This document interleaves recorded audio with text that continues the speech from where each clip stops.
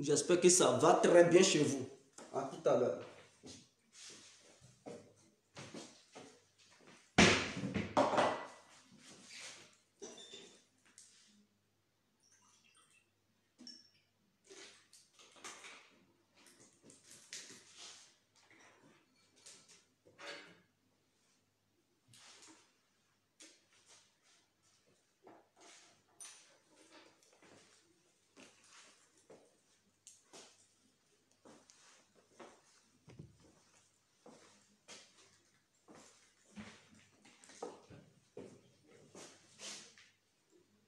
J'espère que ça va très bien chez vous.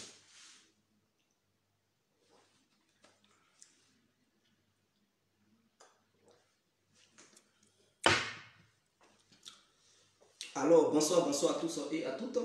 Pour tous ceux qui ne me connaissent pas, je suis l'incontournable bien complet tout terrain. L'homme dont on parle, l'homme qui n'a pas froid aux yeux, l'homme qui ne mange pas ses mots. Vous pouvez aussi m'appeler devant la vie. L'homme n'est rien, gouverneur italien, dont tout le monde en appelle moi, laisse-moi Mauricien, que plein de droits, Padrino, Camari, Deux ou la Moudia. Alors, nous voilà à nouveau devant cette caméra pour parler du coup d'état manqué de son excellence, monsieur le président Guillaume Soro. Le rôle joué par le général Guy Michel, c'est-à-dire le rebelle actuel vice-président du PDCI RDA. Nous allons en parler un peu parce qu'il est très important de révéler les choses cachées aux gens. Alors, il y a eu un coup d'État qui a été démantelé en Côte d'Ivoire. C'est-à-dire, des représentants des coups d'étatistes en Côte d'Ivoire ont été dénoncés, arrêtés et emprisonnés en ce moment. C'était le coup d'état de Guillaume Soro, dont les écoutes et téléphoniques ont été interceptées par la grâce de Dieu pour éviter ce grand bain de sang au sein de notre belle patrie, la Côte d'Ivoire. Alors, avant que le coup d'état n'ait lieu, non, avant que le coup d'état n'ait déjoué, ne puisse être déjoué plutôt, excusez-moi, le PDCI RDA était bel et bien conscient. Guy Michel a été nommé vice-président du PDCI RDA sous l'ordre de Guillaume Soro. Il faudrait que les gens le sachent. Ça allait se dérouler parfaitement comme les années 99, de la manière le coup d'état avait eu lieu. C'est-à-dire Guy Michel allait faire la transition. Pourquoi? Parce que Soro Guillaume, après avoir fini de faire le coup d'état, il n'allait pas automatiquement venir se proclamer président de la Côte d'Ivoire. Il fallait qu'il y ait une transition pour ne pas que les gens sachent que Guillaume Soro était à la base de ce coup d'état qui se préparait en Côte d'Ivoire. Alors, pour se désengager, il voulait faire passer un message fort, comme quoi les militaires de Côte d'Ivoire en avaient marre d'actuel gouvernement ivoirien. Les militaires ivoiriens ne voulaient plus d'Alassane Ouattara. Et les militaires ivoiriens se sont mis ensemble pour faire un coup d'état. Et donc, comme le leader de ce coup d'état, Guy Michel allait venir se proclamer président de la République quand tout allait être mélangé, confus et touffu. Puisque d'autres militaires étaient déjà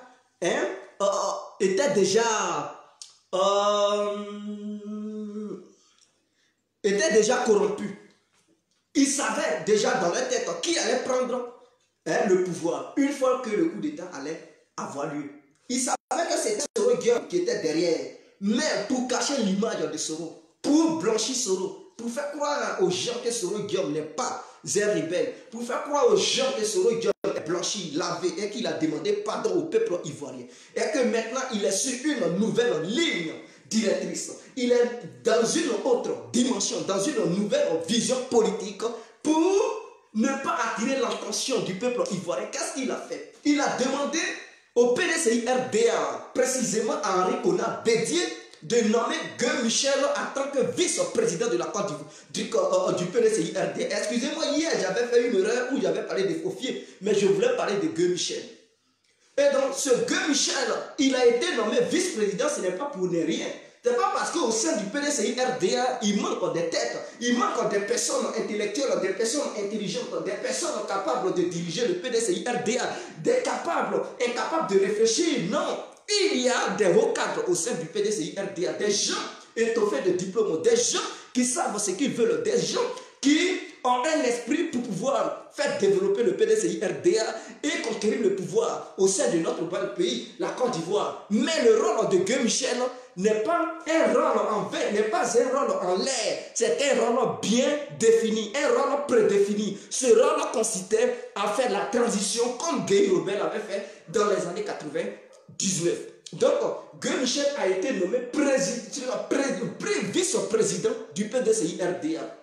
Et donc, Soro Diom, ça allait se déclencher une fois qu'il allait mettre ses pieds en Côte d'Ivoire. Une fois que ses pieds allaient être en Côte d'Ivoire, il allait avoir un déclenchement, une mutinerie d'abord de la part des militaires dans les casernes de Côte d'Ivoire. Et précisément, le cas allait être grave à Abidjan pour déstabiliser un peu le moral de tous les militaires qui ne sont pas pro-coup d'État. Donc, ils allaient être paniqués. Pendant que la mutinerie allait commencer au sein de la capitale en Côte d'Ivoire, d'autres villes, les gens n'allaient pas attaquer là-bas. Mais en commençant par faire Kessédougou et Korogo, des gens allaient sortir dans les rues pour manifester et demander le départ du gouvernement ivoirien, demander le départ d'Alassane Ouattara. Et donc tout allait être confus et touffu. Pendant que les militaires s'agitent au sein de la capitale, la population sort au nord là-bas pour demander le départ du président.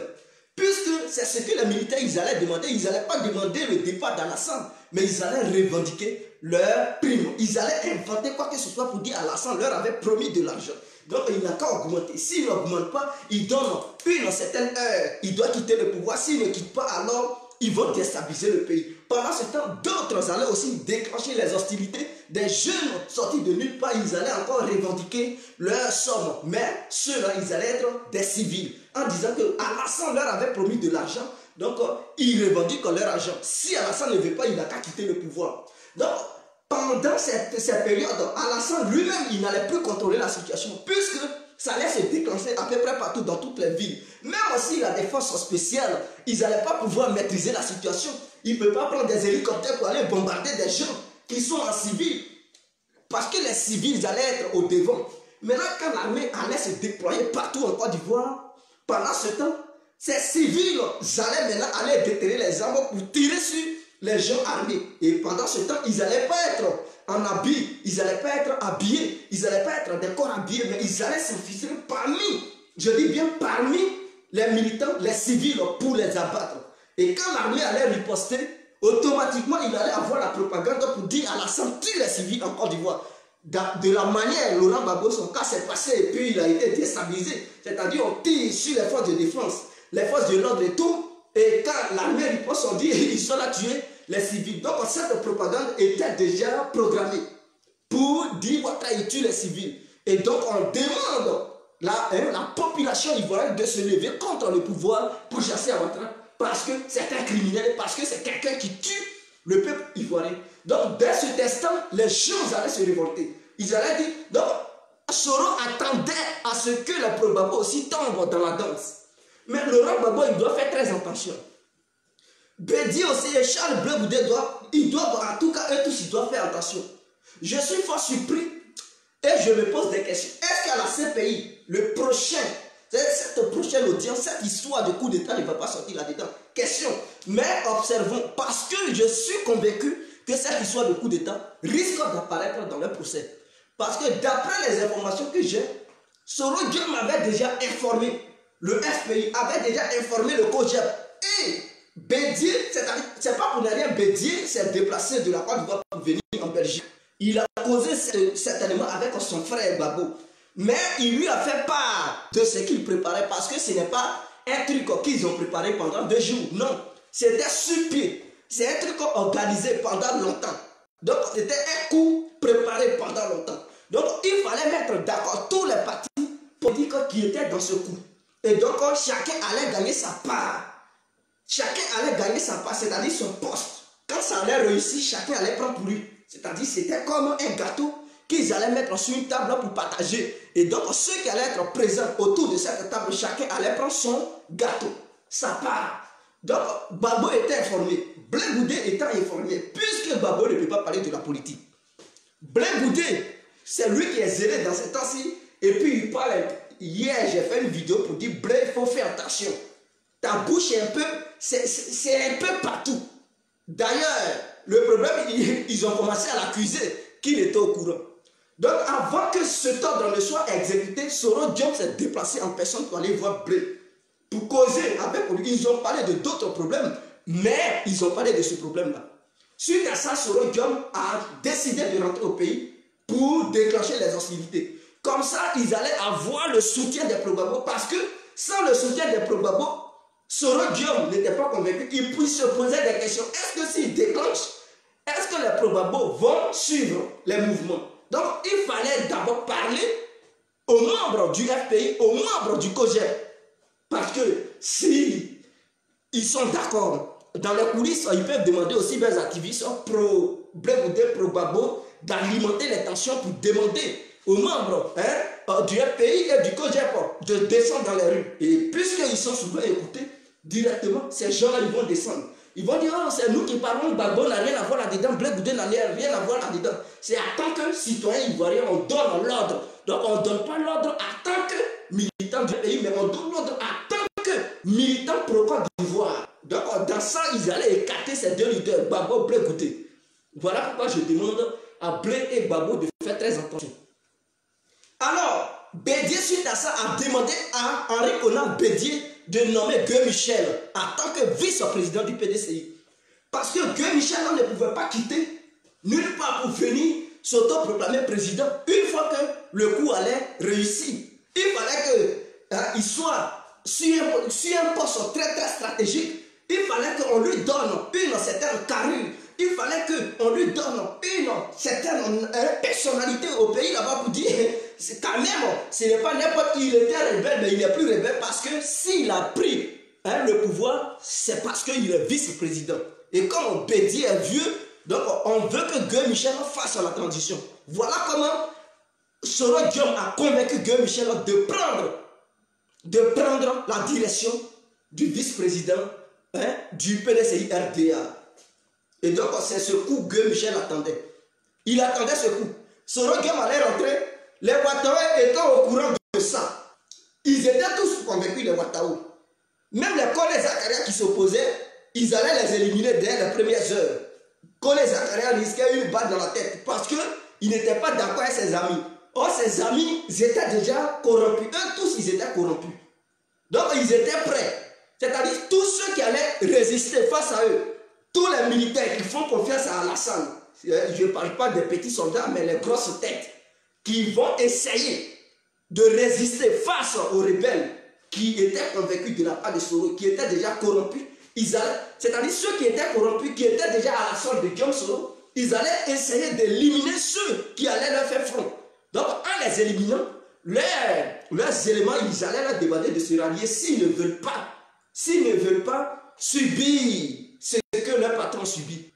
Donc automatiquement les éléments allaient se rallier. Et donc en force spéciale ou quoi, eux tous ils allaient se rallier. Et Ouattara il allait se trouver dans un pétrin. Voyant la situation, parce qu'ils allaient réagir vite avant que l'armée française n'intervienne. Pourquoi ils voulaient mettre la population au devant des choses? Parce que si la population est au devant des choses, l'armée française va intervenir en tant que qui? Les gens ils vont réclamer leur butin dans les casernes. L'armée française ne peut pas rentrer dans les casernes pour dire on va maîtriser la situation. Ce n'est pas une guerre contre Alassane. Maintenant les militants vont sortir dans les rues. L'armée française va intervenir en tant que qui? Tirer sur des gens. Or pendant ce temps, il y a un jugement à la CPI. On dit la France a joué un rôle. Là, la France ne peut pas sortir dans les rues pour tirer. Et dans ça, ils vont commencer à éliminer.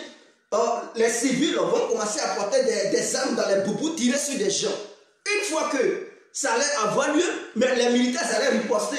En ripostant, ils vont crier, oh, Ouattara, il tue les civils. Là, c'était mélangé. Alassane ne voulant pas se salir.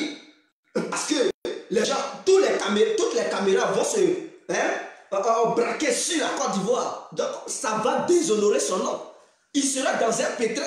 Ils vont dire, ah, on n'avait pas dit ça que c'est Ouattara qui était l'assassin. Gbagbo n'est plus là. Voilà ce que Ouattara fait.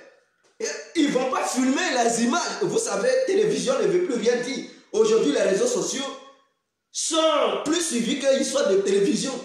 Donc, un citoyen civil tué, ils vont prendre ses photos pour brandir ça partout. Ouattara.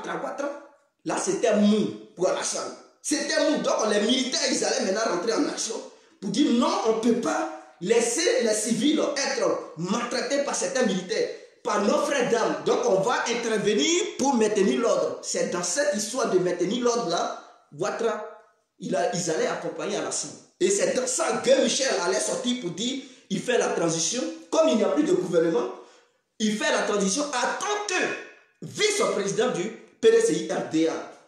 Et donc, suite à cette transition, Guy Michel, il n'allait pas durer au pouvoir. Il allait organiser les élections cette année. C'est-à-dire les élections allaient avoir lieu coûte que coûte.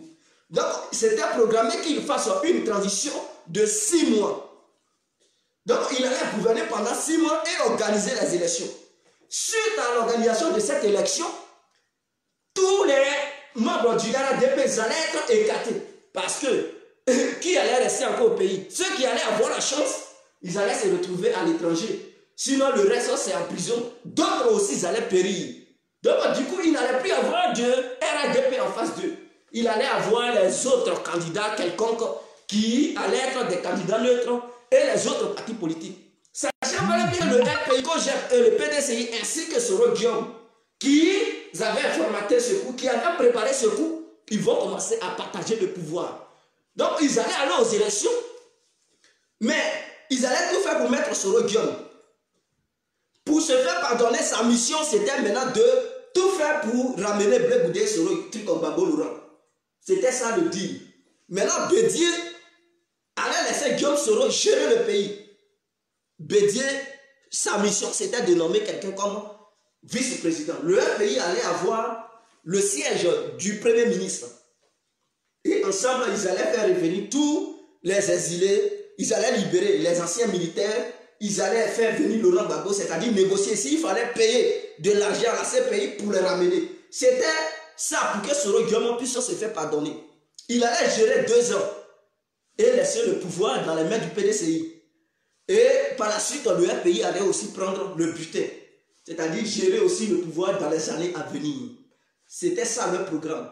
Heureusement, ça a été démantelé. Ce réseau a été détruit totalement. Donc là, Bédier, il regrette. Pourquoi il a mis Guy Michel, mais il ne peut plus le changer là.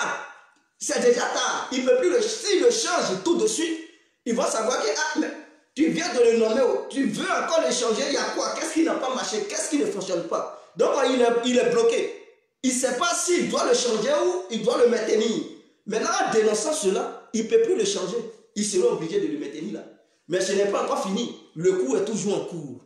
Je dis bien, le gouvernement ivoirien doit faire très attention parce que ça est toujours en cours. Voilà, ils n'ont pas encore renoncé à leur coup. Ça verra le jour si le gouvernement ne fait pas attention. Mais ça ne verra pas le jour si le gouvernement fait attention. C'est une alerte pour dire au gouvernement que ce n'est pas fini. Ce n'est pas fini. Un corrompu reste un corrompu. Quels que soient les conseils qu'Alassane donnera aux rebelles de Côte d'Ivoire, c'est-à-dire les rebelles qui sont au sein du gouvernement, quand je dis au gouvernement, c'est-à-dire au sein de l'armée actuellement, c'est déjà ils sont corrompus jusqu'à la moelle. Quels que soient les conseils qu'Ahmed Bakayoko leur donnera, ça ne pourra pas marcher. Ils vont dire oui, mais derrière leur tête, ils ont une autre vision. Derrière leur tête, ils savent ce qu'ils pensent. Alors, si Alassane ne veut pas perdre le pouvoir, le PDCI, c'est-à-dire le RADP, ne veut pas, je n'ai pas dit qu'il ne faut pas, ils vont perdre le pouvoir un jour, parce qu'ils ne vont pas rester éternellement au pouvoir. Le pouvoir n'est pas éternel, tôt ou tard, ils partiront. Et c'est tout à fait normal. C'est Dieu qui donne, c'est Dieu qui reprend. Donc, quand leur heure va arriver, ils seront obligés de partir. Tant que leur heure n'est pas encore arrivée, ils vont toujours rester au pouvoir.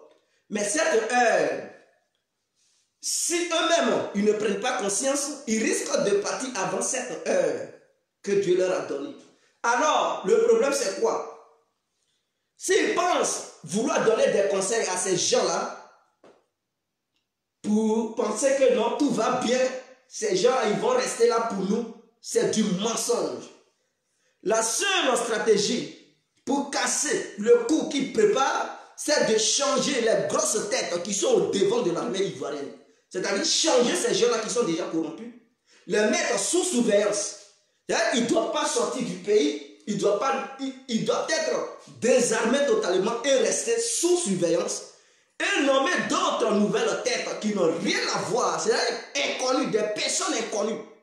D'accord? Des personnes qui n'ont pas été approchées d'abord, qui ne sont pas encore, qui ne sont pas encore amadouées par un sudoku ou détailliste en Côte d'Ivoire. Donc, une fois que ces personnes seront nommées, si quelqu'un devrait faire un coup d'État maintenant que c'était programmé, il sera obligé de reculer et essayer de c'est-à-dire renouer encore les contacts avec les nouvelles têtes. Or, ces nouvelles têtes, ce n'est pas garanti que ces nouvelles têtes acceptent maintenant de comploter avec ces derniers-là. Donc, du coup, leur coup tombe à l'eau. Mais s'ils laissent ces grosses têtes qui sont déjà là, et puis ils pensent qu'ils les ont conseillés et qu'ils sont convaincus, et donc ils vont aller avec eux jusqu'à ce que les élections aient lieu. C'est une erreur. Je dis bien c'est une erreur. Et le gouvernement risque de payer cette erreur.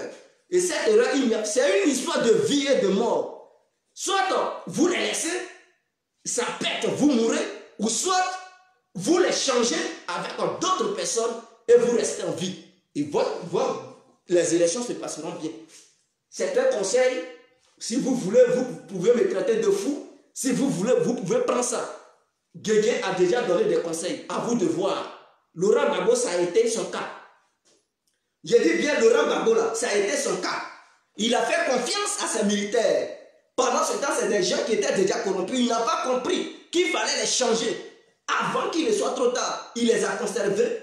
Magou a montré son visage. Diabipoué a montré Kassaraté. Oh, s'il avait appréhendé les choses pour les changer avant qu'il ne soit trop tard, les nouveaux là, ils n'allaient pas se rallier comme ça. Ils n'allaient pas être corrompus. Parce que ceux qui avaient déjà corrompu les anciens, pour rentrer en contact avec les nouveaux, ça va prendre assez de temps. Et d'ici, ils vont réussir à les corrompre. Ils les changer encore pour mettre des nouveaux. Et c'est comme ça que l'armée pourra être forte et rester loyale. Mais si vous maintenez les mêmes éléments, ces éléments risquent d'être corrompus parce qu'ils étaient déjà corrompus. Vous essayez de les convaincre, mais leur oui est un oui dangereux. Et derrière ce oui se cache tout un autre comportement. Faites attention. Laissons ce côté-là, je vais prendre un verre.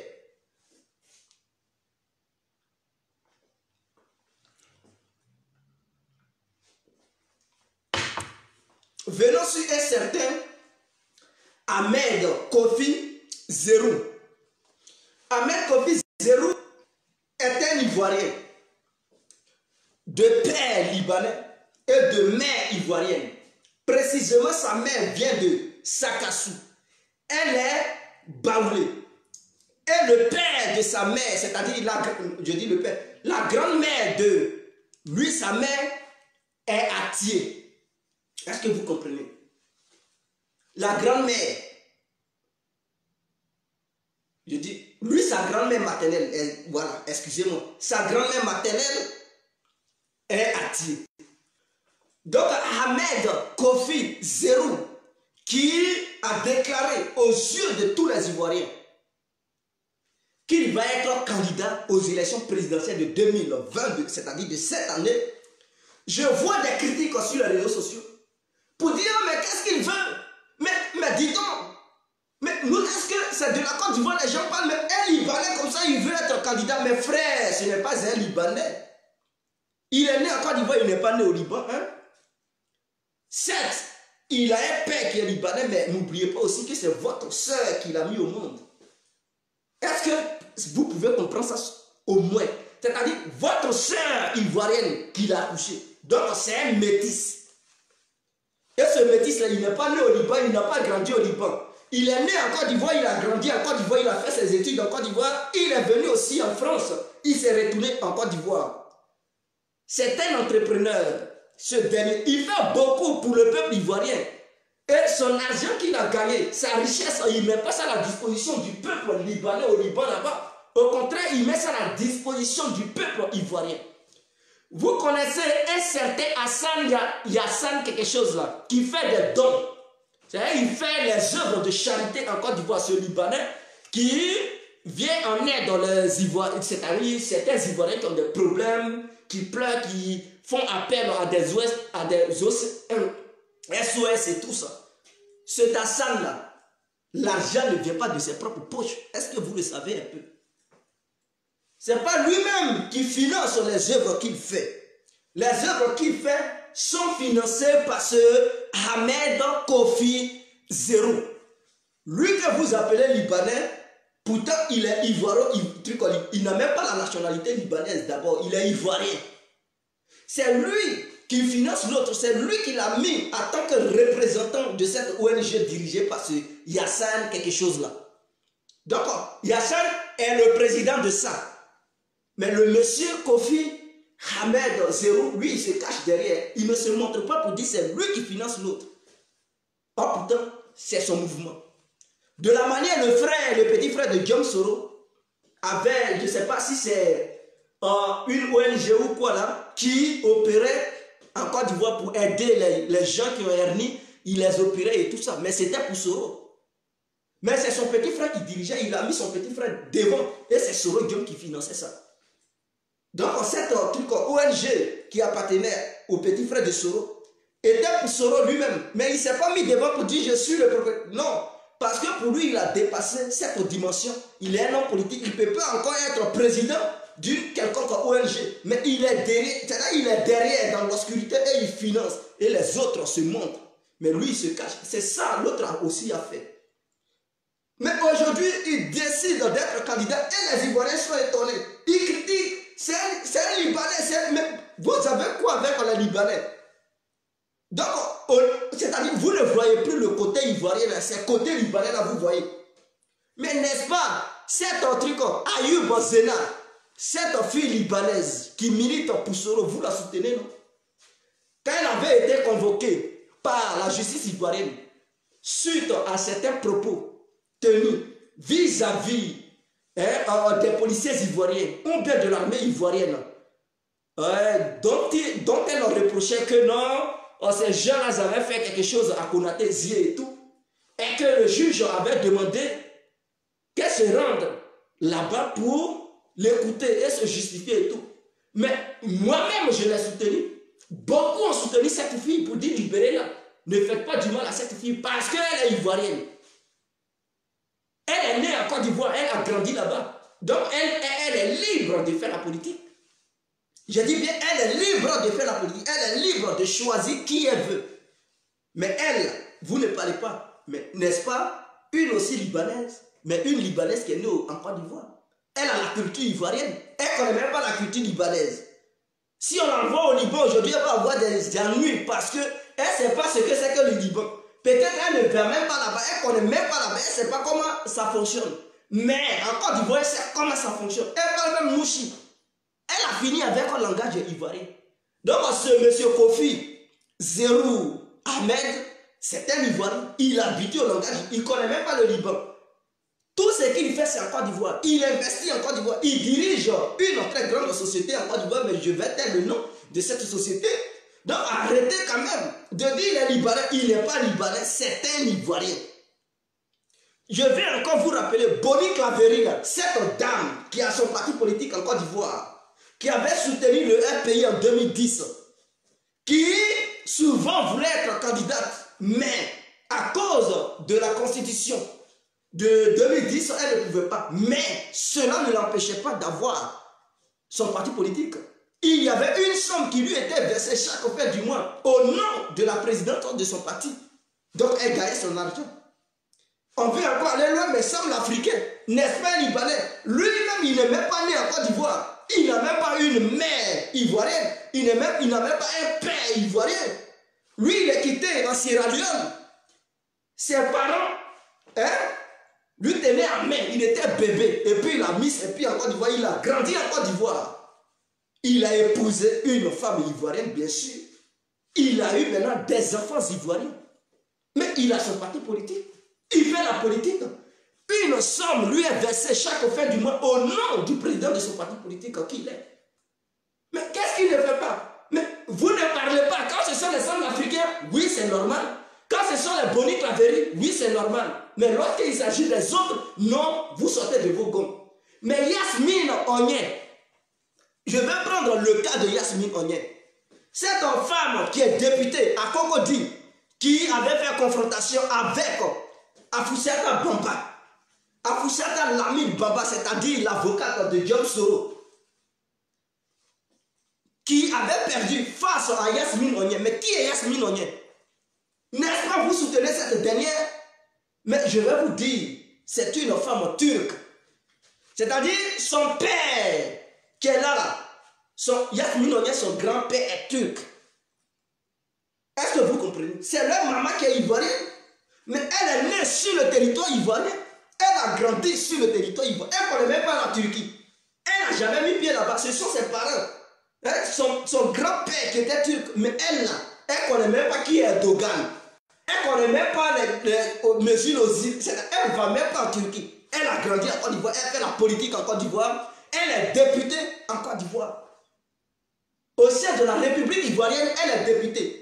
Et l'argent des Ivoiriens, cotisé par le peuple, on prend ça pour payer son salaire chaque fin du mois. Vous ne criez pas quand c'est Yasmine Onyen. Bravo, cette femme, elle est courageuse. Elle porte c'est-à-dire, elle fait des œuvres humanitaires et tout en Côte d'Ivoire. Vous applaudissez. Quand c'est Yasmine Onyen, il n'y a pas de scandale. Mais quand ce sont les gens, Libanais, je prends le cas de Michel Babo, n'est-ce pas? Un métis. Mais quand il ouvre sa bouche pour parler de la politique, vous acclamez. Le fils de l'homme, le fils de l'homme. Vous dites, Babo. Quand c'est lui là, vous êtes heureux. Mais n'est-ce pas, un métis? Mais Michel Babo, il n'est pas 100% ivoirien. Sa mère est française, son père est ivoirien. C'est un métis. Cela ne l'empêche pas de parler de la politique ivoirienne. Et même d'autres disaient, s'il veut être candidat, il peut. Ah, mais comme c'est Michel Babo, il peut être candidat. D'autres même parlent de lui. Il peut remplacer l'homme. C'est le fils de l'homme. Parce qu'il est le fils de Babo. Donc, c'est légitime. S'il doit être candidat, il peut.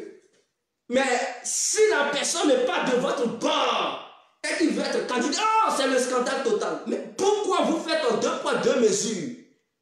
Pourquoi? Et vous parlez de la justice. Mais quand on parle de la justice, il faudrait qu'on soit cohérent. Il faudrait que ce que tu déprécies de l'autre côté, il ne faut pas apprécier ça chez toi. Il faudrait que tu respectes tous les 2 côtés, que tu aimes ou pas. Mais quand il s'agit de la vérité, il faut apprécier la vérité. Il ne faut pas apprécier l'individu, mais on te demande de faire un effort au moins pour pouvoir apprécier la vérité. Donc on laisse ce monsieur-là. Ceux qui ne savent pas, excusez-moi,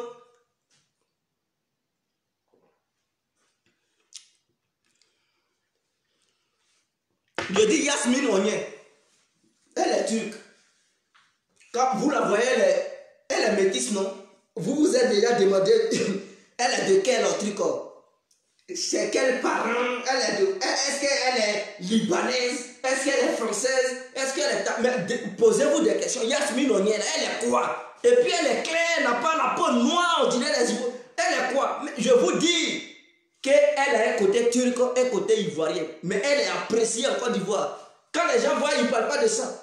Mais quand il s'agit de Ahmad, Kofi, Zéro, ce Libanais et cet Ivoirien, mais je ne peux pas dire Libanais parce qu'il n'a jamais pris la nationalité libanaise. Il est né en 1960 à Côte d'Ivoire. Et où? Il est né à Sakassou. C'est-à-dire qu'il est né même chez les Baoulés à Sakassou. Mère Baoulé de Sakassou, grand-mère maternelle, elle est précisément à Thiers. Est-ce que vous comprenez? Donc on savait dire, c'est un Ivoirien 100%. Il a grandi en Côte d'Ivoire, il a fait ses études. Et aujourd'hui, il veut être candidat. Parce que vous avez entendu un côté libanais, donc c'est le scandale total. Écoutez, respectez les gens ici. Pour ceux qui ne savent pas, n'oubliez pas que la constitution ivoirienne a été modifiée entre 2015 et 2016, je pense, ces 2 années-là. Ça a été modifié en 2016, je pense. Ça veut dire pour être candidat tout simplement en Côte d'Ivoire, ce n'est plus compliqué. comme l'ancienne constitution. L'ancienne constitution disait, pour être candidat aux élections présidentielles de Côte d'Ivoire, il faudrait que tu sois de père et de mère ivoirien et ivoirienne. C'est ce que l'ancienne constitution exigeait. Maintenant, comme ça a été modifié, cette nouvelle constitution nous demande purement et simplement qu'il faudra que l'un de tes parents soit d'origine ivoirienne. C'est tout. Que ton père soit ivoirien, mon frère, tu es mieux placé pour être candidat. Que ce soit ta mère qui soit ivoirienne et ton père étranger, mon frère, tu es mieux placé pour être candidat parce que la Constitution ne t'interdit pas cela.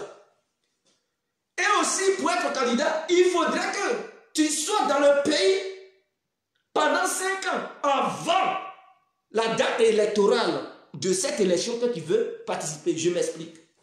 C'est-à-dire, par exemple, en 2020, il y a une élection présidentielle. Les années précédentes, si tu étais hors du pays, les années précédentes, avant, c'est-à-dire, si tu as fait ton séjour hors du pays pendant 2 ans avant les élections qui vont avoir lieu cette année, mon frère, tu es disqualifié. Tu ne peux pas être qualifié pour jouer la finale, c'est-à-dire le derby, le jour J des élections. Donc, il faudrait que ton séjour, il faudrait que tu sois séjourné sur le territoire avant, 5 ans avant que tu ne poses ta candidature. Donc, nous sommes en 2020, c'est-à-dire depuis 2015. Pour poser ta candidature, il faudrait que les gens sachent que depuis 2015, tu étais sur le territoire ivoirien. Mais en 2015, si tu étais ailleurs, c'est en 2016 que tu es rentré en Côte d'Ivoire. Et c'est maintenant que tu veux poser ta candidature. Mon frère, ta candidature sera refusée. Parce que tu ne séjournais pas sur le territoire ivoirien. C'est tellement clair. Tu n'as pas payé les impôts pendant toutes ces années. Et c'est maintenant que tu veux être candidat. Ils vont refuser ta candidature. Donc ceux qui verront leur candidature refusée, il ne faudrait pas qu'ils soient étonnés. Pour dire, oh, ils n'ont pas accepté notre candidature. Mais tu étais où? En 2015, est-ce que tu étais en Côte d'Ivoire? 2016, tu étais en Côte d'Ivoire, 17, 18, 19. Est-ce que toutes ces années, ces 5 dernières années, tu étais en Côte d'Ivoire? Non. Tu vivais peut-être à Washington, tu vivais à Paris. Et c'est en 2007 tu as pris la décision de rentrer au pays et tu veux être candidat. Mon frère, ta candidature sera rejetée. Mais si Ahmed Kofi Zerou, s'il était en Côte d'Ivoire depuis 2015 jusqu'à aujourd'hui, sachant bel et bien que l'un de ses parents est bel et bien ivoirien, mais il est bien. Mais n'oubliez pas aussi que son père a la nationalité ivoirienne. Certainement, il est libanais. Mais depuis 1960, son père vivait déjà en Côte d'Ivoire. Il a la nationalité ivoirienne. Et lui, c'est-à-dire son père vivait déjà en Côte d'Ivoire avant 1960. Donc toi qui es né hier, tu n'es même pas né même en 1960. Et c'est toi qui contestes que lui il a vécu sur le territoire ivoirien avant toi. Lui là, il sait ce que c'est que la Côte d'Ivoire. Son père a lutté pour l'indépendance de la Côte d'Ivoire. Toi, tu étais où? Tu es né hier là, dans les années 80-70, et c'était, non, il n'est pas truc. Mais tu te fous de la gueule des gens souvent. Mais les gens, ils se foutent des gens souvent. Lui, son père et ses parents ont lutté pour l'indépendance. Toi, est-ce que ton père même, il était encore né même en 1960? Voilà la vraie question. Peut-être c'est un individu qui est né dans les années 70 là, et c'est toi qui viens sur Internet pour taper. Non, il n'est pas légitime à poser sa candidature. Mais demande à ton père, est-ce qu'il a lutté pour l'indépendance? Est-ce que toi-même qui tapes le clavier, tu étais né en 60? Voilà, c'est tout à fait clair et normal. Donc, il n'y a pas de débat là-dessus. Je pense que Guégué a été précis et concis. Il a dit tout ce qu'il fallait dire en ensemble. C'est le grand devant la vie. Alors, je vous appelle à vous abonner sur Info Afrique. Abonnez-vous sur cette page pour plus de vidéos. Demain, chaque jour, il y aura des vidéos. Lorsqu'on aura le temps, chaque soir, dans l'après-midi, il y aura des directs. Donc, abonnez-vous sur Info Afrique. Comment ça s'écrit? Info, I-N-F-O. Vous mettez un tiret, vous mettez Afrique. A-F-R-I-Q-E. UE. Voilà. Donc, Info Afrique. Et tout simplement, vous vous abonnez, vous aimez la page, ou bien, voilà, vous vous abonnez. C'est clair. Maintenant, mon vrai Facebook, c'est Devant la vie. Devant à part. J'appelle devant. D-E-V-A-N-T. Vous séparez. La, L-A, vous séparez. Vie, V-I-E. Devant la vie. Donc, voilà un peu mon Facebook. J'étais avant sur Guégué Rémi Guel, qui était mon Facebook avant. J'ai changé, j'ai mis maintenant Devant la vie. Je pense que beaucoup ne me retrouvent plus sur Facebook. Ils me demandent si je ne suis plus sur Facebook. Ouais, j'ai changé mon nom. Ça, c'était mon nom de mon ancien Facebook. Je suis revenu à nouveau sur ça. Ciao, mon ensemble.